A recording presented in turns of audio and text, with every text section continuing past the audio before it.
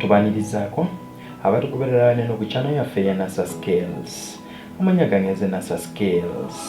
Olwaleero tugenda kwogera ku super robot y'aba China eno gy'osobola okuyita Chinese Supermason robot.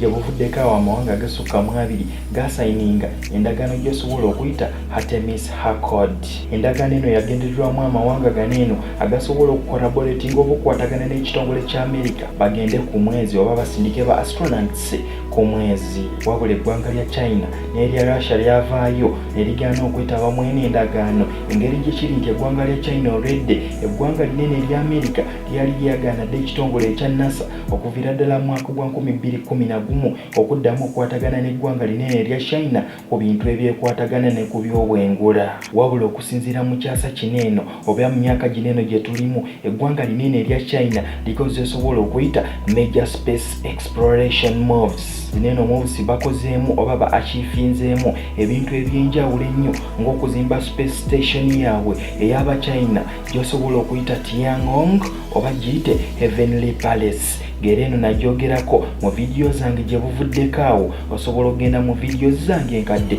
n'onoonyereza ku vidiyo eyo ekwatagana n'eno Tiangong gy'osobola okuyita Heavenly Palace. Kakati bwe ndi kwogerera kaakano China yatandise dde okusoma oba okustandinga robot egenda okukola amatafaali naye ng'egajja mu ttaka lya wali eri ku mwezi. Engeri gye kiri nti bali ku pulaninga zimba base ey'omutawaana ennyo ku mwezi. Lunar soils kitegeeza ettaka erivudde ku surface ey'omwezi. Wabula ate baakakensa abalala ettaka linene mu lulimi olunnassaayansi lye bayita Regolith.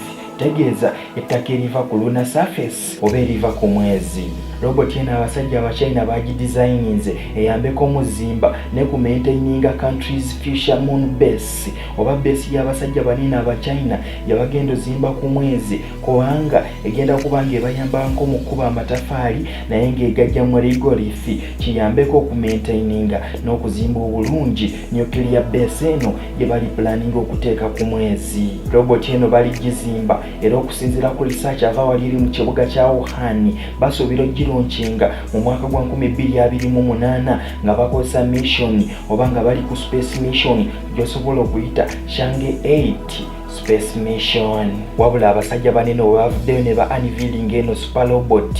Kineno kyavuddeyo ne kikanga NASA chief gwosobola okuyita Bill Nelson kubanga n'emabegawo yavaayo n'agamba nti abachina speed gye balikozesa mu kukonkwalinga oba okuteeka mu speed okugenda ku bitundu binene eby'oku mwezi bayinza okuvaayo ne batandika okureclaiming oba okubanja ebitundu by'omwezi kyentegeezo biwamba ebisingamu eby'obugagga obungi ne natural resources ezeetaagisa abantu abanaabeera ku mwezi.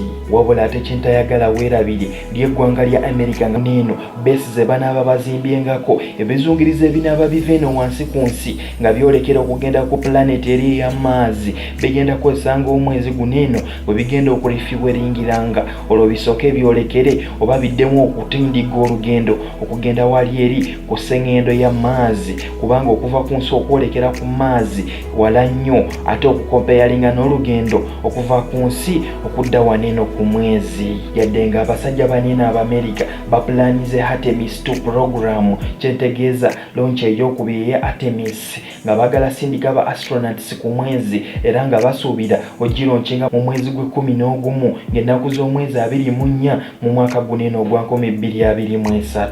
Engeri gye kiri nti bali planning okusindika ba astronauts okugenda ku Artemis 2 program basulaga byeseera kubanga baba bali ku studying eno Lunar Regolith. Tegeeza ettaka ly'oku mwezi balabe strategies ze banaakozesaamu okuzimba base z'oku mwezi. Engeri gye kiri nti balina okusoma engeri gye banaasobola okukuzaamu ebimera waneeno ku lunar soil nga basinziira ku zisamples ziri eri ezaaleetebwa nga bakozesa space missions ziri eri zosobola okuyita Apollo missions ezaasookera ddala okutonya wali eri ku lunar surface oba ku mwezi. Conference eyakoleddwa ennaku 2 emabega ng'eno gy'osobola okuyita extraterrestrial construction conference eyaheldingiddwa oba eyakwatiddwa wali eri ku university gy'osobola okuyita Wazong University ng'era eno ya science ne technology wali eri mu kibuga kya Wuhan yaleese bannasayansi abasukirira ddala mu 10 balambirira. Bannasayansi baneeno ba China era nga muneeno mweno group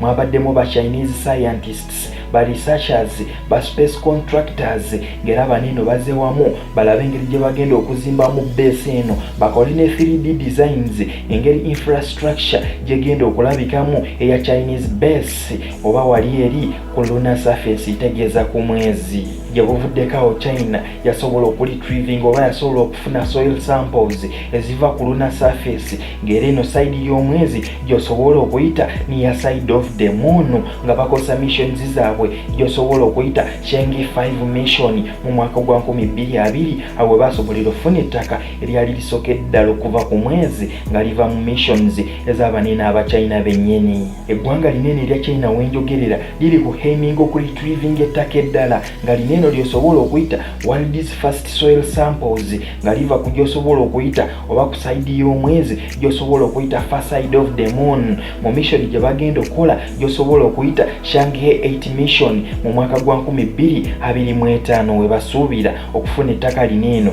eryanga lineno yerigenda okusookera ddala mu nsi okuva wali eri ku far side of the moon gyosobola okuyita Lunar Regolith from the lunar surface. Bapulaninga nti eggwanga lya China lineno walimaliriza okuzimba base eno egenda okubeera eri powered entirely ne nuclear energy. Basuubira nti abanasayansi oba bataikonots b'eggwanga linene erya China bagenda kubeera nga basobola okubeera ku mwezi ebbanga eriwera nga tebalina kuddanga mu kaseera katono balina okukolerangayo zi scientific experiments ne projects ez'omutawaana ezitasobola kukolebwa waneno ku nsi kubanga ziba zeetaaga obugenderevu obw'amaanyi obutasaanyaawo nsi oba giyite planet earth wadde nga ebyo byonna bya Katonda yakuuma. Ne ku lw'ensonga eyo amanyi asigadde nze NASA Skills naye temwerabira ba sponsors baffe aba Vivi and Hamuza Cosmetics Uganda Limited. Okumanya ebisingawo genda mu description wa video eno olabe link ne numbers ezo eziri awo wammanga mu description obakubire ojja kuba bafuna basobole okuguza products zaabwe ez'omulembe ddala. Mbagala nnyo.